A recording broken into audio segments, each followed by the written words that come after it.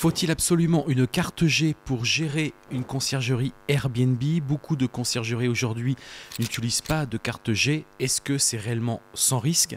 C'est ce que je vous propose qu'on découvre justement dans cette vidéo. Allez, avant de commencer cette vidéo, je vais t'inviter à t'abonner tout simplement si tu ne l'as pas encore fait. Il est grand temps de le faire. Pour ça, tu as un bouton s'abonner. Tu actives la petite clochette, comme ça tu reçois une notification à chaque fois que je publie une vidéo et j'en fais à peu près entre 1 et 2 par semaine et je fais également des lives tous les mardis matins où je parle d'immobilier, je parle d'investissement immobilier, je parle aussi d'investissement en bourse, mais je parle surtout aussi d'entrepreneuriat et comment construire un business autour d'Airbnb. Donc pour ça, tu as de la sous-location professionnelle immobilière, tu as également de la conciergerie d'appartements, mais tu as aussi les entreprises de nettoyage. Moi, c'est grâce à ça, grâce à ces activités que j'ai pu obtenir ma liberté financière en partant complètement de zéro. Donc pour ça, eh bien, je t'ai préparé tout simplement des formations complètement gratuites qui sont disponibles dans cette partie description. Tu déroules et tu récupères ces formations où justement je t'explique pas à pas comment construire un business autour d'une sous-location, comment construire un business autour d'une conciergerie. Tu vas voir que tu vas pouvoir démarrer complètement de zéro avec des résultats rapides, pas besoin des banques, pas besoin de lever de l'argent. Tu vas pouvoir lancer ces activités depuis chez toi, dans ta ville et te rapprocher de cette fameuse liberté financière. Donc aujourd'hui, on va parler de conciergerie et on va voir est-ce qu'il faut absolument une carte G pour gérer une conciergerie Airbnb et est-ce que finalement c'est vraiment sans risque de ne pas avoir cette carte G pour faire une société de conciergerie d'appartements sur Airbnb. Déjà, avant toute chose, je voudrais te rappeler que j'avais déjà fait une vidéo justement sur comment obtenir une carte G, quels étaient derrière les enjeux, les impacts pour toi sur un plan financier, sur un plan formation, mais aussi est-ce que tout le monde finalement peut demander une carte G. Je te remettrai un petit lien tout en haut pour que tu puisses de nouveau regarder cette vidéo où je rentrais beaucoup plus dans le détail. Mais ce que je te propose, dans un premier temps, c'est que justement on regarde ensemble ce que c'est que réellement une carte G. Donc une carte G, c'est une carte de gestion immobilière. L'objectif, c'est de pouvoir collecter les loyers, réaliser des quittances, redistribuer les revenus locatifs à des propriétaires et gérer éventuellement les charges de copropriété ou d'entretien qui sont liées à ce bien. Donc, il y a des prérequis pour obtenir une carte G. Je vais faire très rapide dans cette vidéo. L'objectif, c'est de voir justement est-ce que c'est important pour nous de l'avoir ou pas. Donc pour ça, normalement, il faut être diplômé dans l'immobilier. Il faut avoir un diplôme dans l'immobilier. Par exemple, un BTS profession immobilière, une licence ou un master qui se rapproche à ce domaine. Ou alors, si ce n'est pas le cas, il faut que tu justifies d'une expérience professionnelle suffisante. Et généralement, on recommande au moins 10 ans. Et 4 ans si tu étais cadre dans le domaine justement de la gestion immobilière. Tu dois aussi prendre une garantie financière, notamment si c'est toi qui collectes les loyers. Donc, il faut que tu prennes une garantie auprès d'un organisme habilité. Donc, ça va être une banque, une assurance.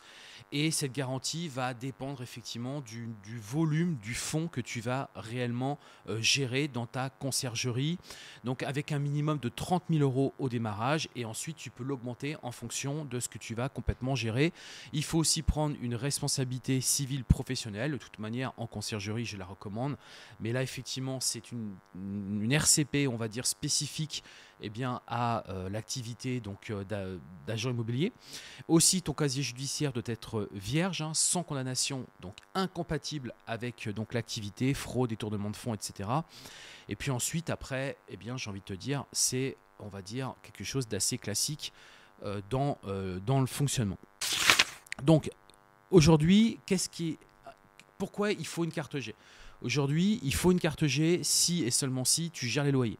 C'est-à-dire que tu vas encaisser les loyers pour le compte du propriétaire ou tu vas émettre des quittances de loyer. Ensuite, est-ce que tu vas administrer son bien? C'est-à-dire, est-ce que tu vas superviser l'entretien des immeubles ou des maisons? Est-ce que tu vas gérer les contrats de syndic ou de copropriété? Et enfin, si par exemple c'est toi qui centralises les revenus du propriétaire lorsqu'il va louer sur Airbnb, c'est-à-dire que c'est toi qui les collectes et qu'ensuite tu lui reverses, tu rentres effectivement dans le champ de la gestion immobilière et donc là, il te faut une carte G.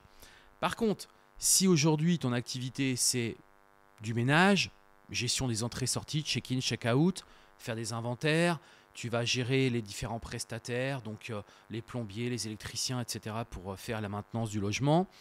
Et si finalement tu ne touches pas aux revenus directement de l'activité du propriétaire, c'est les revenus locatifs Airbnb, et que c'est finalement le propriétaire qui reçoit directement les loyers, eh bien tu n'es donc pas concerné et tu n'as pas besoin de carte G. Également, ce que je vais te recommander de faire, c'est effectivement de mettre en place du co-host, mais on va y revenir justement un petit peu plus tard dans cette vidéo. Donc ce qui est important de comprendre, c'est qu'aujourd'hui, si tu veux, donc on va voir justement l'intérêt s'il faut une carte G ou s'il n'en faut pas. Déjà, ce qu'il faut que tu comprennes avant toute chose, c'est qu'aujourd'hui, la conciergerie comme moi je la fais et comme moi je l'enseigne, il n'y a pas besoin de carte G. Il n'y a pas besoin d'être agent immobilier, il n'y a pas besoin d'avoir un diplôme particulier pour faire cette activité. Tu suis une formation comme celle que je dispense pour t'expliquer justement le fonctionnement, pour développer ton activité, pour trouver des clients, pour organiser ton activité, pour savoir prendre des réservations sur Airbnb rapidement, pour faire du revenu management, pour avoir toutes les techniques pour la gestion de ta société. Et derrière, tu es opérationnel. Donc le truc, c'est que il y a des choses qu'il faut absolument ne pas faire pour entrer dans le spectre de la carte G. Donc déjà, première chose très importante, c'est ne jamais toucher les loyers du propriétaire. Absolument jamais. C'est-à-dire qu'en gros, le propriétaire reçoit les réservations et toi, tu reçois ta commission.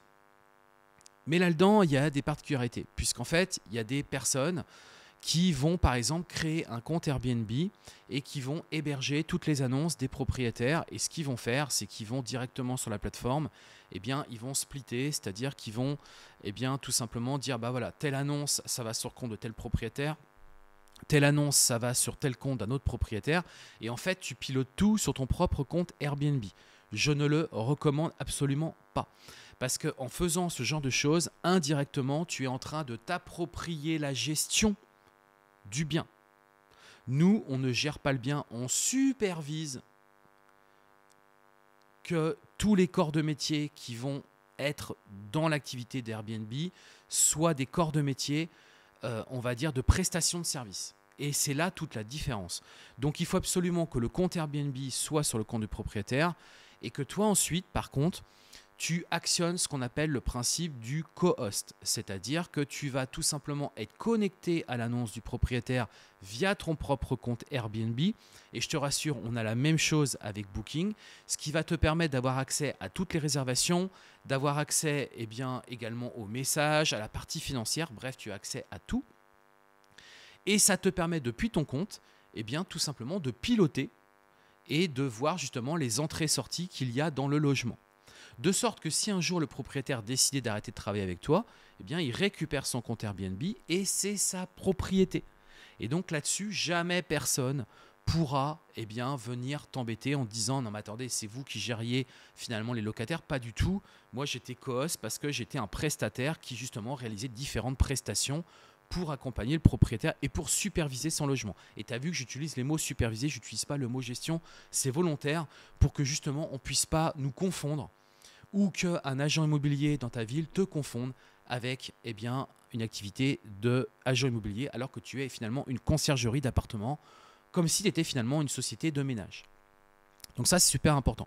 Autre chose qui est très intéressant aujourd'hui, parce que justement, quand tu as la carte G, le gros avantage, c'est que ça te permet de collecter, déjà de tout mettre sur ton propre compte Airbnb, mais on va y revenir aussi là-dessus. Et en même temps, ça te permet de toi-même collecter les loyers et derrière, en fin de mois, de les reverser. Donc ça, c'est plutôt cool parce que tu te dis, ça me fait de la trésorerie, c'est moi qui pilote et je reverse. Et ça, c'est très bon pour le BFR, le besoin fonds de roulement, puisque c'est toi qui touches, tu n'as pas besoin d'attendre l'argent.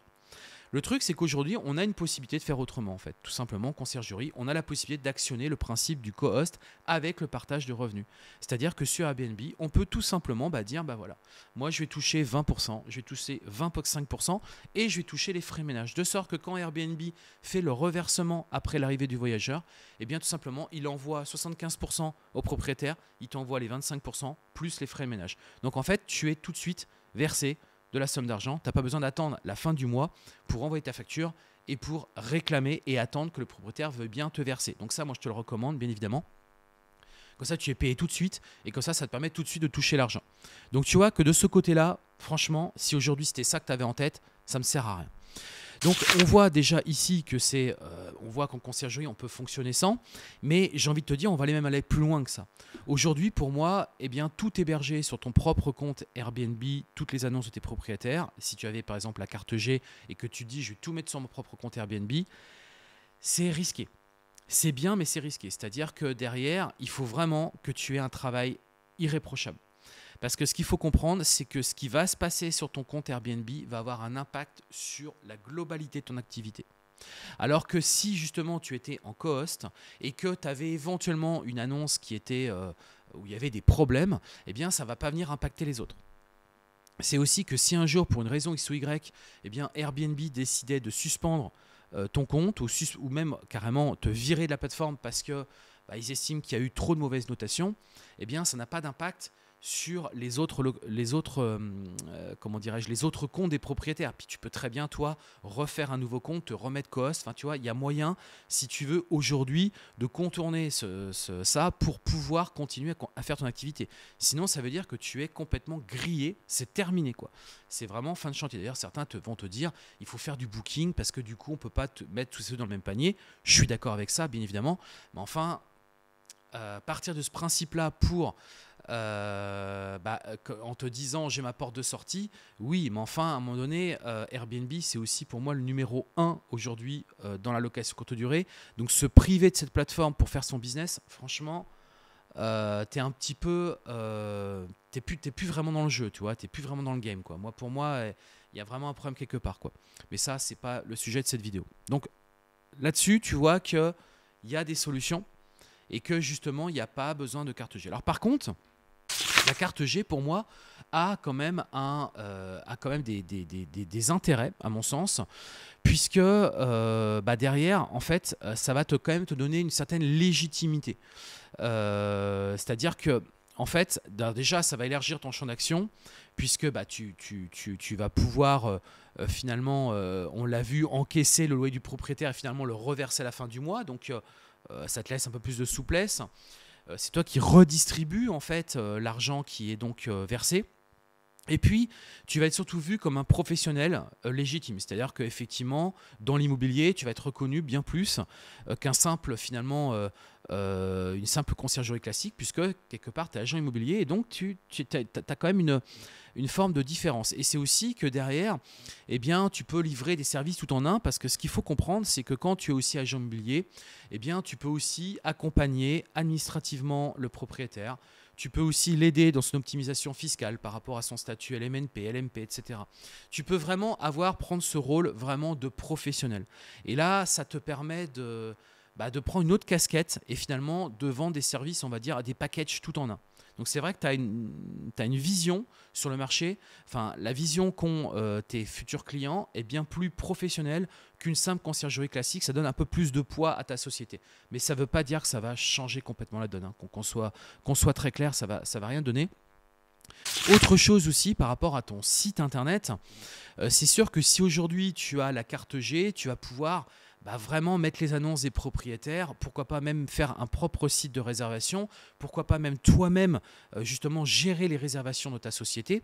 Alors que si tu n'es pas, tu n'as pas cette fameuse carte G, tu n'es donc pas un agent immobilier, ça veut dire que derrière tu ne peux pas sur ton site internet prendre de réservation et il faut faire très attention dans les mots qui sont utilisés et également dans l'affichage des annonces, parce que encore une fois, ça peut être sujet à interprétation et ça peut être sujet justement à des attaques que tu peux avoir de concurrents qui vont saisir par exemple la DGCRF, qui peut effectivement venir contrôler pour vérifier finalement si tu n'essaies pas un peu de taper sur les plates-bandes des agents immobiliers. Donc d'ailleurs, moi ce que je recommande vivement quand tu crées une conciergerie Airbnb, c'est vraiment d'avoir des contrats béton, des contrats qui permettent de bien encadrer cette activité justement dans ta société. Donc moi, c'est des contrats qui sont disponibles justement dans mes formations, qui sont faits par un avocat que vous connaissez tous sur le marché, qui est Dimitri Boujard, qui fait justement et qui est spécialisé dans ce type de contrat,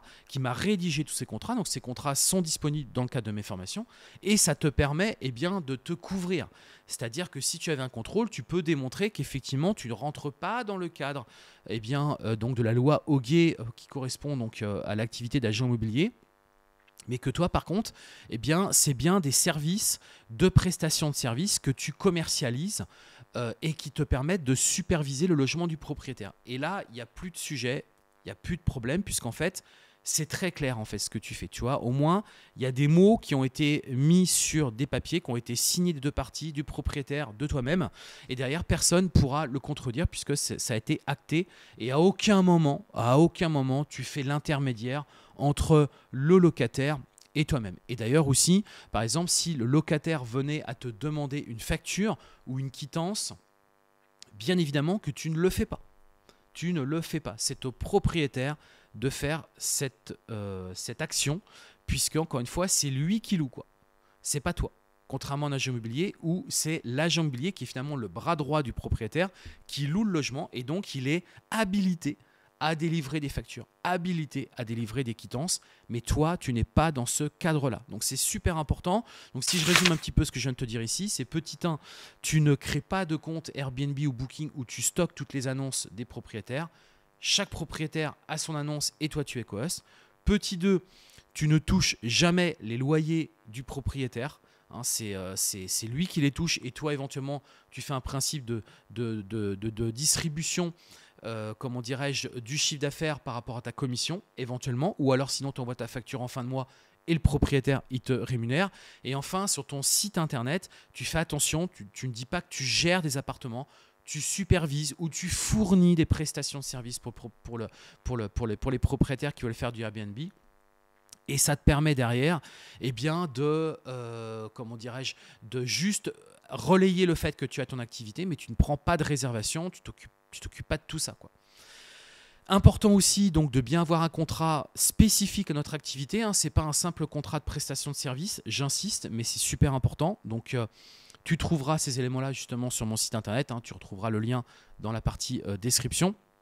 Enfin, pour terminer, eh bien, ne jamais t'engager dans de la délivrance, on va dire, d'informations, de gestion administrative. Tu n'es pas là pour gérer administrativement les annonces. Enfin, tu n'es pas là pour gérer administrativement on va dire, tout ce qui est lié à l'appartement du propriétaire. Tu n'es pas là pour lui faire sa fiscalité.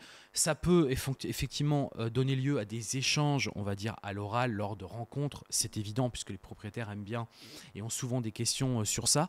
Mais tu dois faire très attention, ne pas mettre tout ça par écrit puisque quelque part, tu engagerais ta responsabilité. Et encore une fois, tu n'es pas un professionnel de l'immobilier. Tu es un prestataire de services qui vend des services. Et ça s'arrête là en fait. Ton champ d'action est là. Donc ce qui veut dire concrètement que du coup, la conciergerie, tout le monde peut lancer sa conciergerie.